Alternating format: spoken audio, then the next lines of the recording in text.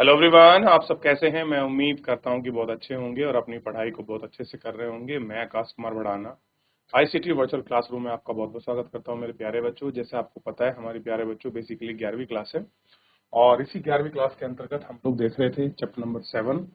और chapter number 7 में था वायुमंडल का संगठन और आपकी संरचना।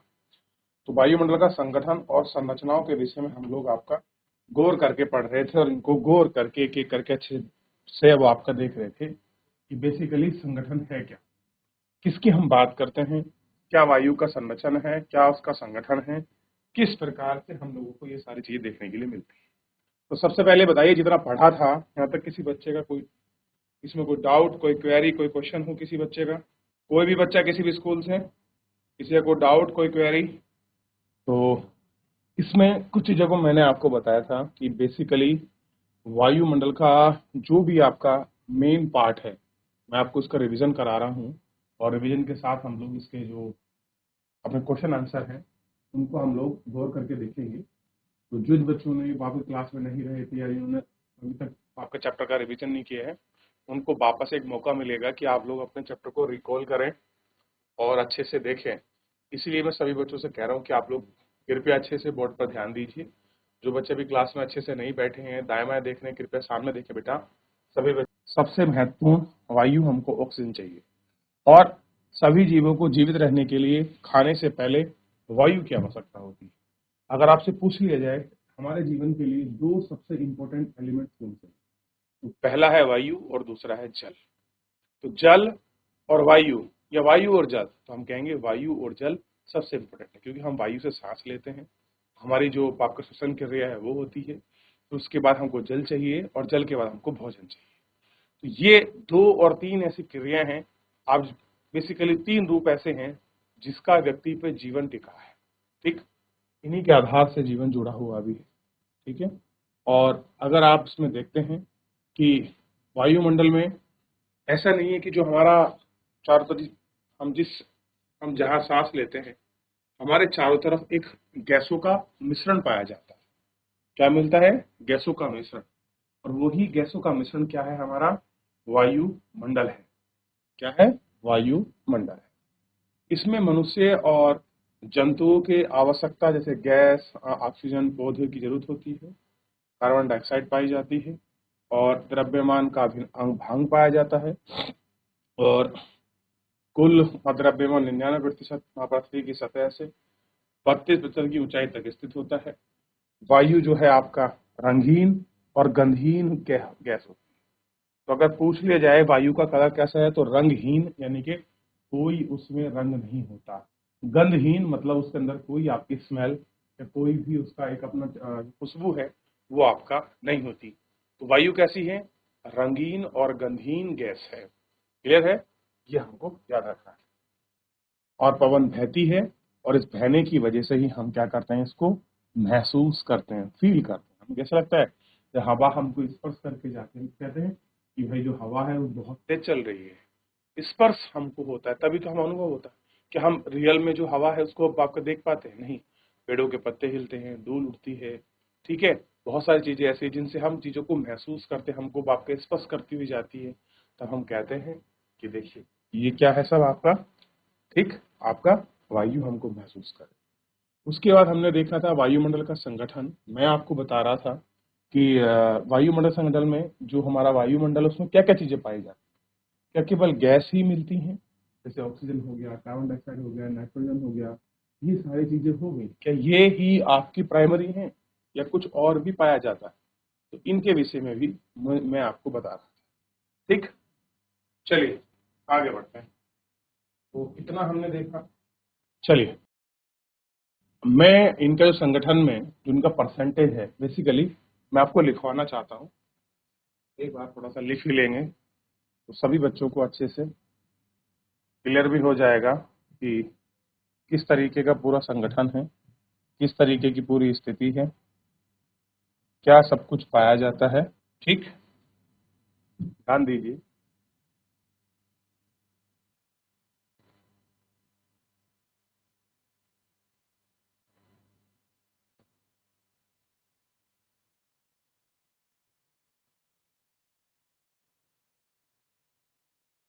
वायुमंडल में गैसों का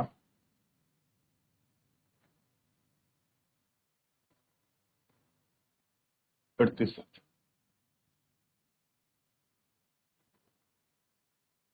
वायुमंडल में गैसों का प्रतिशत।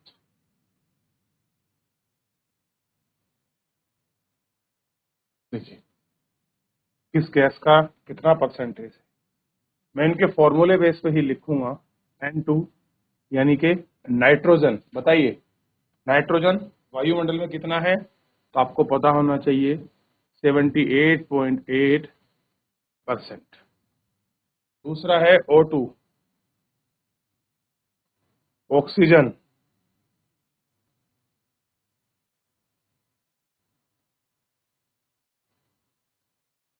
तो इसीलिए आप देखते होंगे इसको कहते हैं 20.95%। तो लगभग लगभग हम इसको आम रूप में 21% भी आपको ये लिखा मिल सकता है।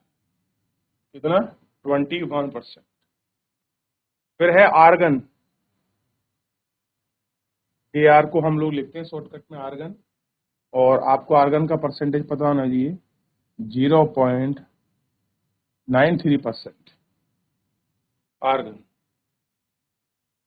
और आर्गन के बाद देखिए इसके बाद आती है कार्बन डाइऑक्साइड। बताइए कितना होगा कार्बन डाइऑक्साइड गैस का? 0.036%।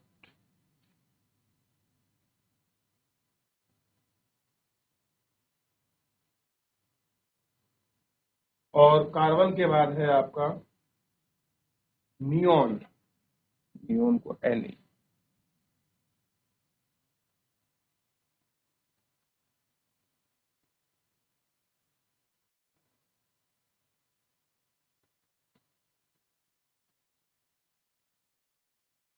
ठीक है, कितना परसेंट हमको देखने के लिए मिलता है।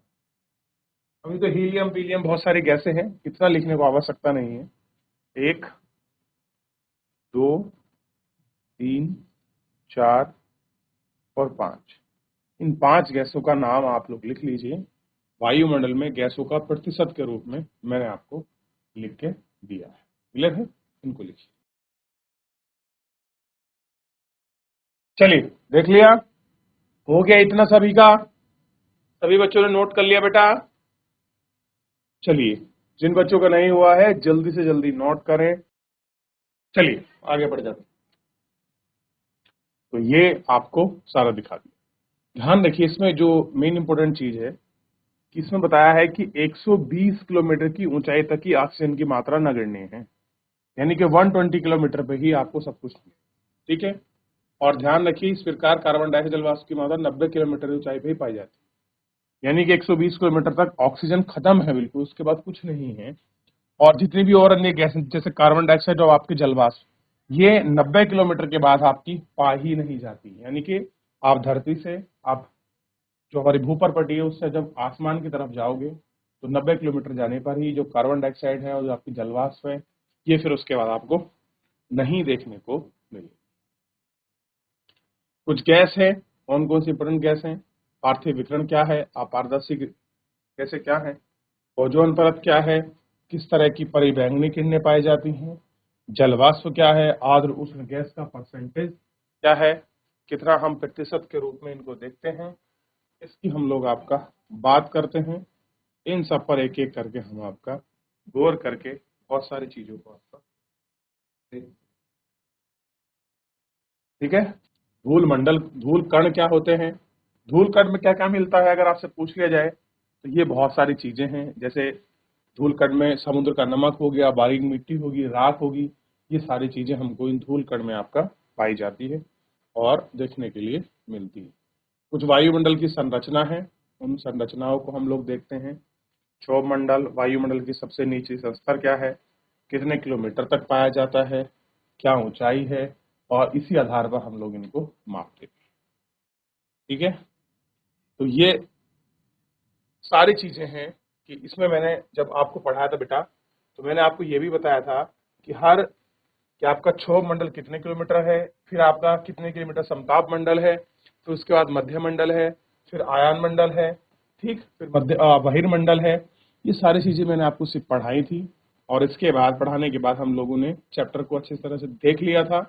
बाकी मैंने आपसे कहा था कि अगर हम प्रेशर वगैरह इन सबको पढ़ना है तो हमारे पास आगे चैप्टर शुरू होंगे। तो चैप्टर आपका बेसिकली 8, 9 और 10 जो हमारे आपके लेसन है, जो आपके चैप्टर है बेटा, वो सभी बच्चों इसमें आपको बहुत अच्छे से पढ़ने के लिए मौका मिलेगा। तो अब सारा कुछ आप पढ़ चुके हैं, अब नंबर है थोड़ा सा आपको जांच परख करने का, और इसी के आधार पर हम पहले जो हमारा प्रश्न है, सबसे पहले हम पहले प्रश्न को ही लेते हैं और पहले प्रश्न को ही चुनेंगे, ठीक। और अभी अभी हमने बिल्कुल ये क्वेश्चन पढ़ा है, देखिए ऐसे क्वेश्चन आते हैं, इसलिए मैंने आपको पहले सारी चीजें लिखाई, ठीक, बताई है। मुझे लगता है कि ये इंपॉर्टेंट है, इसको बता देना चाहिए। मेरी कोशिश रही है कि मैं आपको समझाऊं, आपको बताऊं, ठीक है। देखिए बस आपको रिवीजन बहुत अच्छा कर रहा है। हम आपको पढ़ाते हैं, आपके क्लास टीचर आपको पढ़ा रहे हैं, आप 2 बार पढ़ रहे हैं, बस एक बार और घर जाकर कोशिश करिए आप पढ़ें, तो कितना अच्छा मेमोराइज, कितना अच्छा रिवीजन आपको होगा। अगर आप एक सब्जेक्ट को अपने पास से भी अगर 2 बार पढ़ लेते हैं तो आपने 4 टाइम्स आपने किसी चीज को पढ़ा है, तो हो ही नहीं सकता कि 4 टाइम पढ़ी हुई चीज आपको याद ना रहे। चलिए, निम्नलिखित में से कौन सी गैस वायुमंडल में सर्वाधिक मात्रा में मौजूद है? देखिए, सर्वाधिक मात्रा में पूछ ले या सर्वाधिक प्रतिशत में पूछ ले, आंसर एक ही होता है। मात्रा हो तो मात्रा का मतलब यहाँ आपका परसेंटेज से भी है, क्लियर है। तो जैसे यहाँ पूछा गया है कि निम्नलिखित में से कौन सी वायुमंडल में सबसे अधिक मात्रा में मौजूद है, तो कौन सी गैस होगी, आप मुझे बताइए। चलिए, कोई बता आपका जवाब दे। चलिए शुरू करते हैं पहले ही ऑप्शन के साथ, एक बार आप पढ़िए, ऑप्शन पर नजर लगाइए। पहला ऑप्शन है ऑक्सीजन, दूसरा है ऑर्गन, और तीसरा है नाइट्रोजन, और चौथा है कार्बन डाइऑक्साइड। बताइए कौन सा हो बच्चों? का आंसर होना चाहिए इसका नाइट्रोजन, और आप जानते हैं नाइट्रोजन कितना है, 78.8%। और ये मैंने लगभग बताया था आपको 21%। क्या कहा था कि 20.95%, यानी कि तो हम इसको 21% ही काउंट करते हैं, ये बताया था। और ऑक्सीजन क्या जो कार्बन है, कार्बन क्या बताया था, कार्बन बताया था 0.036%, और ये बताया था 0.0 इतना। तो इसमें बिल्कुल स्पष्ट हो गया कि कौन सा इसका आंसर होगा। आंसर क्या होगा इसका? Nitrogen answer. वायुमंडलीय परत जो मानव जीवन के लिए महत्वपूर्ण है। अगला प्रश्न है, वायुमंडलीय परत जो मानव जीवन के लिए सबसे महत्वपूर्ण है, या महत्वपूर्ण है, सबसे महत्वपूर्ण, बताइए कौन सी परत है जो मानव जीवन के लिए महत्वपूर्ण है? समताप मंडल, मध्य मंडल, क्षोभ मंडल या आयन मंडल? बताइए। जीवन है यानी कि ऑक्सीजन अच्छी चाहिए, सारी गैसों का मिश्रण चाहिए, जलवाष्प भी चाहिए। आप देखिए कि कौन सी ऐसी परत है जिसमें ये सारी खूबियां पाई जाती हैं या होती हैं, बताइए बच्चों। तो हम अभी कुछ पढ़ रहे थे, चलिए वापस चलते हैं अपने प्रश्न उत्तर की तरफ, और सॉरी जो हमारा क्वेश्चन है, हम पढ़ रहे थे कि क्षोभ मंडल सबसे निचला संस्तर है। कैसा है? सबसे निचला संस्तर है, 13 किलोमीटर तक, और ध्रुवों पर 8 पर है। विषुवत रेखा पर 18, यानी कि एवरेज जो है आपका 13 है। इसकी मोटाई सबसे अधिक है, संवहनीय असहमत धूल जल वाष्प कण यहीं मौजूद होते हैं। इस संस्तर का मतलब परत में जो 165 डिग्री जाने पर आपका टेम्परेचर नीचे गिर जाता है, और जैविक क्रिया सबसे महत्वपूर्ण कहाँ होती है? इसी में। तो ये इसी से आपको निकाल कर पूरा सारांश आपको आंसर देना था, और आंसर बड़ा सरल है, आंसर होगा क्षोभ मंडल। आंसर क्या हुआ? आंसर हुआ क्षोभ मंडल। क्लियर है? इतना आपको ध्यान। चलो अगले क्वेश्चन पर बढ़ते हैं। समुद्री नमक, पराग, धूल और राख, कलिमा, महीन मिट्टी किससे संबंधित है? देखिए सिंपल पूछ रहा है कि इनमें से आप ऑप्शन पढ़ेंगे, इनमें से आपका समुद्री नमक, राख, धूल, कण किससे संबंधित है या किसमें पाए जाते हैं? किससे संबंधित है या किसमें पाए जाते हैं? बिल्कुल सिंपल और सरल आंसर है, और ये आपको देखिए, तो आंसर बिल्कुल सरल है। अगर आपने अभी अभी पढ़ा है कि ये सारी चीजें कहाँ मिलती हैं आपका, ओ बताइए कहाँ मिलती हैं बच्चों?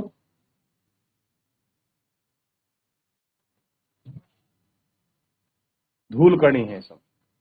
क्या है? धूल कण है। किससे संबंधित है ये पूछा, ये नहीं पूछा किसमें है, मैं भी कंफ्यूज हो रहा हूँ। किसमें होता तो जलवाष्प में सारी चीजें पाई जाती हैं, लेकिन ये क्या है? ये आपका राख, धूल, ये सब चीजें क्या है? ये आपका बेसिकली धूल कण है। इसका आंसर क्या हुआ? धूल कण। अगला है, निम्नलिखित में से कितनी वायुमंडल की ऊंचाई पर ऑक्सीजन की मात्रा नगण्य, नगण्य मतलब होता है ना के बराबर, जहां 1% भी ना बचे, लगभग खत्म ही हो जाए, तो कहां पर है? 90 किलोमीटर पर, 100 किलोमीटर पर, 120 किलोमीटर पर? जल्दी बताइए, कम ऑन फास्ट। अभी अभी बताया है मैंने, वो पॉइंट रिवीजन कराए थे जो मुझे लगता है कि ये ऑप्शन में आ सकते हैं, और वो सारे आपके देखिए आपकी बुक में लिखे हुए हैं। अगर आप इनको अच्छे से देखेंगे, हाईलाइट करेंगे, तो मेरे बच्चों क्यों नहीं सही। तो आंसर होना चाहिए 120 किलोमीटर ऑक्सीजन, और 90 पर क्या होता है? कार्बन डाइऑक्साइड, और अब आपका जलवाष्प समाप्त हो जाता है। ठीक, तो आंसर क्या हुआ? 120 किलोमीटर। ठीक, 120 पर।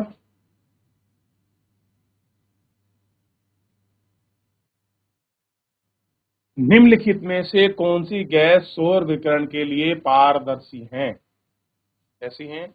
सौर विकिरण के लिए पारदर्शी है, पार्थिव किरण के लिए अपारदर्शी है।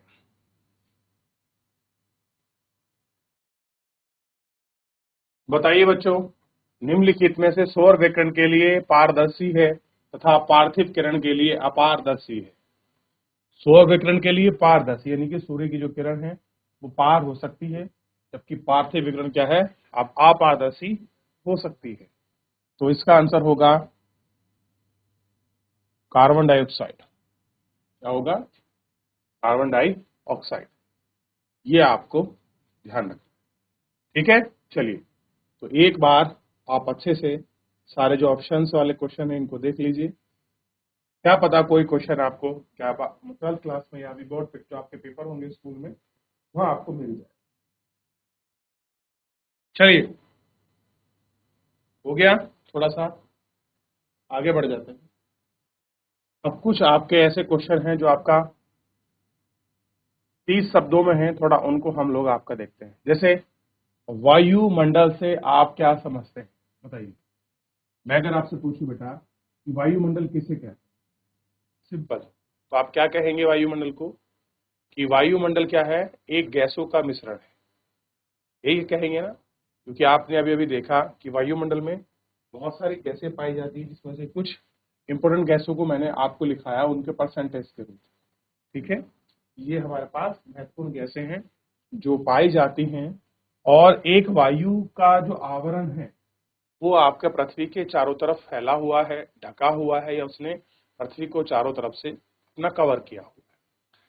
और आप जानते हैं कि इसमें पेड़ पौधे, जो मनुष्य और आपका जंतु के लिए जीवित रहने के लिए ऑक्सीजन, और तथा पौधों के लिए कार्बन डाइऑक्साइड गैस की मात्रा पाई जाती है।